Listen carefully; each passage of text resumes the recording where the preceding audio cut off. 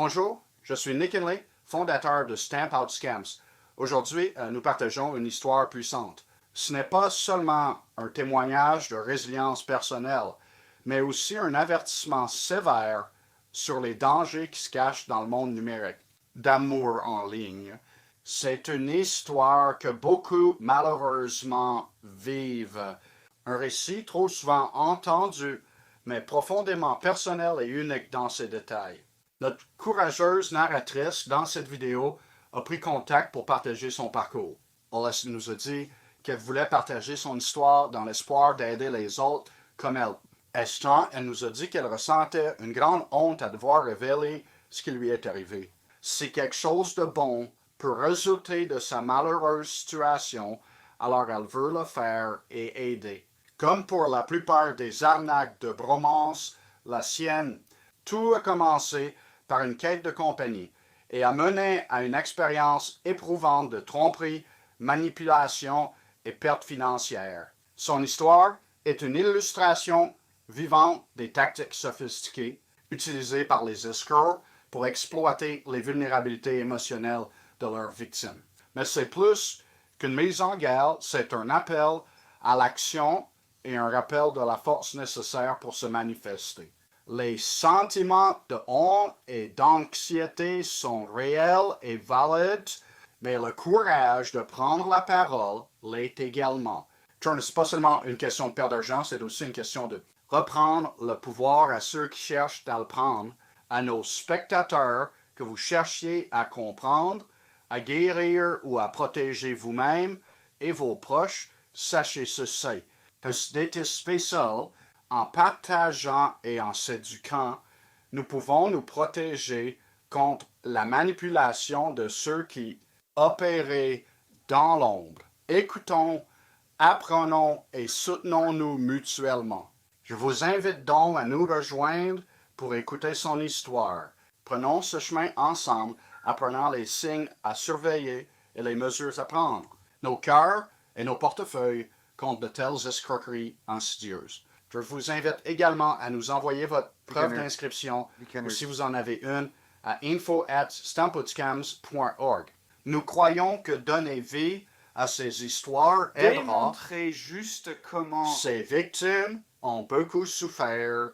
Vous pouvez nous envoyer des informations anonymement par courriel. Nous allons créer une vidéo avec vos informations et antécédents à partir de votre expérience d'escroquerie amoureuse. Les noms réels sont importants pour ces vidéos. Ce par les tactiques d'escroquerie et la psychologie utilisées par l'escroc qui sont essentielles. Des informations dont nous avons tout besoin pour apprendre et surtout pour prévenir les arnaques. En parlant de bulles éducatives, tout au long de cette histoire de victimes, vous verrez périodiquement des drapeaux rouges avec le texte « Attention ». Ces avertissements apparaissent chaque fois qu'il y a un moment dans l'histoire de notre victime où les avertissements auraient dû être pris au sérieux.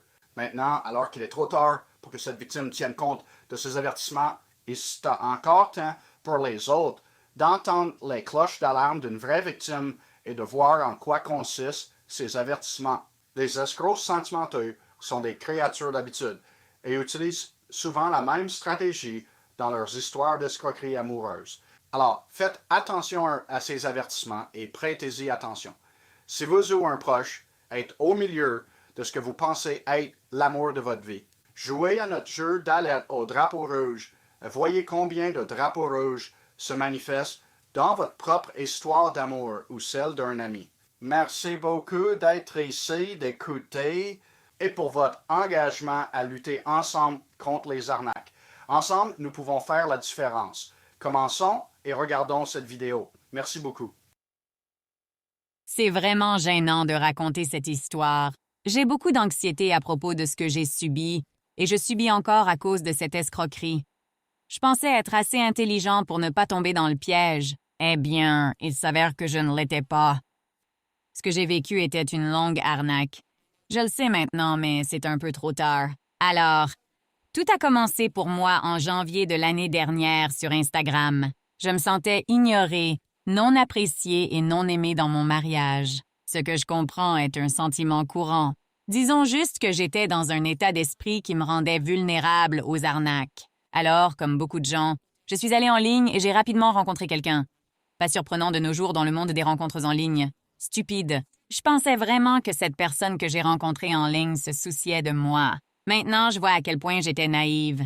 Il m'a dit qu'il était stationné à El Paso avec l'armée et les forces spéciales, et il avait les photos sur Instagram pour le prouver. Peu après notre rencontre en ligne, il a été soudainement déployé à l'étranger. Avec le recul, c'est là et à ce moment que l'arnaque a commencé. J'étais sceptique face aux histoires qu'il me racontait au début. Pourquoi étais-je sceptique, vous demandez-vous? Eh bien, pour commencer, quelle personne vous demande de l'argent pour son enfant malade? Quelle personne vous demande de payer le loyer de son enfant plus âgé? Ou quelle personne a besoin que vous achetiez des équipements de sécurité pour une mission sur laquelle elle est? Eh bien, jusqu'à présent dans ma vie, personne ne m'avait jamais demandé quelque chose comme ça. Ce type en a rajouté des couches. « Tu ne te soucies pas de ma sécurité ?» demandait-il. Je vois maintenant clairement quel simple tour psychologique il utilisait sur moi. Il me racontait juste des histoires qu'il savait susceptibles de susciter de la sympathie. Eh bien, ces histoires semblent avoir fonctionné car, de manière embarrassante, au cours des 6 prochains mois, je lui ai donné plus de 8 000 $ via PayPal. L'argent était toujours envoyé à différentes adresses e-mail, toujours par amis et famille. À cause de cela, j'ai dû payer des frais PayPal, ajoutant encore à mes malheurs. J'ai commencé à me réveiller quand je n'avais plus d'argent à lui donner et qu'il me critiquait, disant qu'il savait que j'avais de l'argent à envoyer, mais que je choisissais de ne pas le faire. Il n'arrêtait pas de dire combien il m'aimait, et moi, je le traitais comme rien. J'ai essayé de rompre plus d'une fois. Il continuait à me retenir avec des histoires tristes.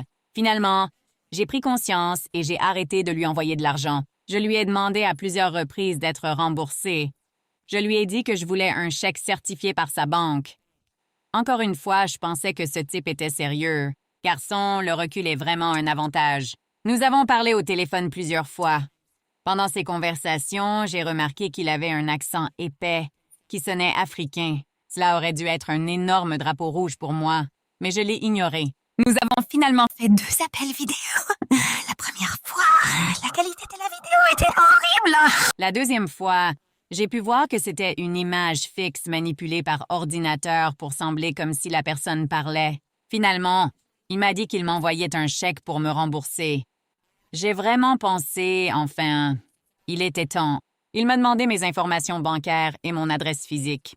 Croyez-moi, je ne voulais lui donner ni l'une ni l'autre. Cependant, comme je pensais encore qu'il était quelque peu légitime et que je voulais vraiment récupérer mon argent, je lui ai donné une adresse physique. Croyez-le ou non, il m'a envoyé un chèque. L'enveloppe dans laquelle le chèque était arrivé avait été postée d'un État et le chèque était émis par une entreprise située dans un autre État. Immédiatement, des alarmes ont sonné. J'ai appelé ma banque et leur ai brièvement expliqué la situation. Ils ont dit que je ne devrais en aucun cas déposer le chèque et que c'était une arnaque. Donc, je ne l'ai pas déposé. J'ai déposé un rapport auprès du Centre de plainte pour crimes sur Internet du FBI, le IC3. J'ai fourni autant d'informations contre cette personne que possible. J'ai aussi gardé les informations et mon chèque dans mon coffre à la maison. Finalement, ce type a commencé à me menacer. Il a juré qu'il diffuserait des photos et vidéos privées de moi à ma famille, amis et lieux de travail si je ne lui donnais pas son argent. Il jurait que j'avais encaissé le chèque et que je gardais tout son argent. J'ai interagi avec lui encore quelques fois, puis je l'ai bloqué sur Instagram, Google Mail et Google Chat. Les blocages de Google Mail sont quelque peu stupides, car ils envoient juste les emails bloqués dans les spams. Donc, ma curiosité prenait le dessus et j'allais quand même lire les spams. De plus, parce que je voulais éviter toute menace physique, j'ai continué à les lire. J'ai réalisé, cependant, qu'il se moquait de moi en jouant avec mes nerfs. Alors, j'ai finalement mis en place une règle pour que ces emails soient supprimés à la place. Ma peur est réelle, mais pas suffisante pour continuer à obéir et envoyer plus d'argent. Après ces menaces et son harcèlement constant, j'ai déposé une plainte auprès du FBI. Je suppose que ces menaces sont vides. Je sais qu'il essaie juste de me soutirer de l'argent, mais on ne peut jamais être sûr. La peur et l'anxiété sont toujours présentes. J'ai prévenu mes amis et ma famille à son sujet, leur ai donné son identifiant Instagram et leur ai dit de le bloquer et de le signaler. J'ai signalé son compte à Instagram pour harcèlement. Bref, je voulais juste parler et avertir les autres de ce charmeur escroc et de ses intimidations. Rappelez-vous, peu importe à quel point vous vous sentez seul ou non aimé, Ne tombez pas dans ce piège comme moi. Merci de m'avoir écouté. Malheureusement, les arnaques sentimentales, comme celle vécue par cette victime, arrivent tous les jours. En entendant cette histoire de victime, vous pouvez voir les nombreux signaux d'alerte qui ont été jetés par l'escroc lors de son interaction avec cette victime. Si cela vous arrive ou à une personne que vous connaissez, il est également fortement recommandé de le signaler à la police locale immédiatement. Comme l'a dit la victime elle-même, on ne peut jamais savoir. Veuillez transmettre ce lien vidéo à toute personne que vous connaissez qui pourrait vivre une expérience similaire. Signalez les drapeaux rouges parce qu'un ami ou un membre de la famille peuvent reconnaître immédiatement ces signaux d'alerte d'arnaque dans leurs interactions actuelles. Des escrocs comme celui-ci aimeraient utiliser des drapeaux rouges et ranger les fers juste parce qu'ils fonctionnent. Le but de les sortir de la part des victimes n'est pas blâmer les victimes. Il s'agit de raconter leur histoire car ils veulent que d'autres apprennent et nous voulons que d'autres apprennent. Alors, merci beaucoup d'avoir regardé et prenez soin de vous.